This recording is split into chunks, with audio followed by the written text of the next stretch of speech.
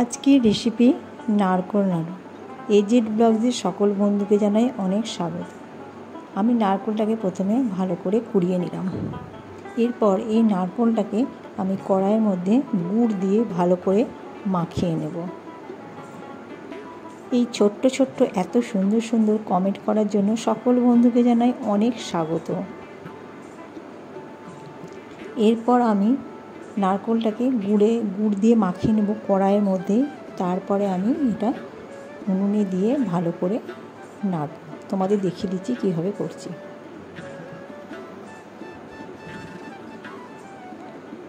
এটা থেকে প্রচুর পরিমাণে জল বেরোচ্ছে গুড়টা থেকে।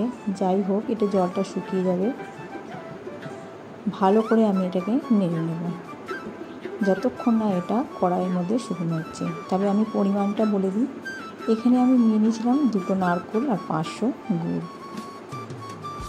এরপর এটাকে নেড়ে নেড়ে ভালো করে আমি শুকিয়ে নেব। আর একটা চিটচিটে ভাব আসবে, তখনই বুঝে নেব আমার নারকোল নাড়ুটা তৈরি করা হয়ে গেছে।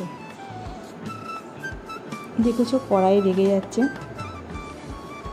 এই সুন্দর সুন্দর কমেন্ট করার জন্য আমি যাই হোক এটাকে ভালো করে আমি নেড়ে চেড়ে নিচ্ছি।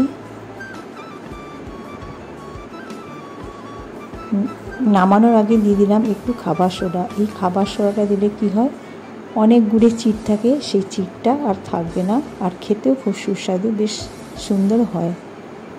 ওই জন্য আমি একটু খাবার সোডা দিয়ে দিয়েছি। আর লাস্টে নামানোর আগে দিয়ে দিলাম এলাচ গুঁড়ো।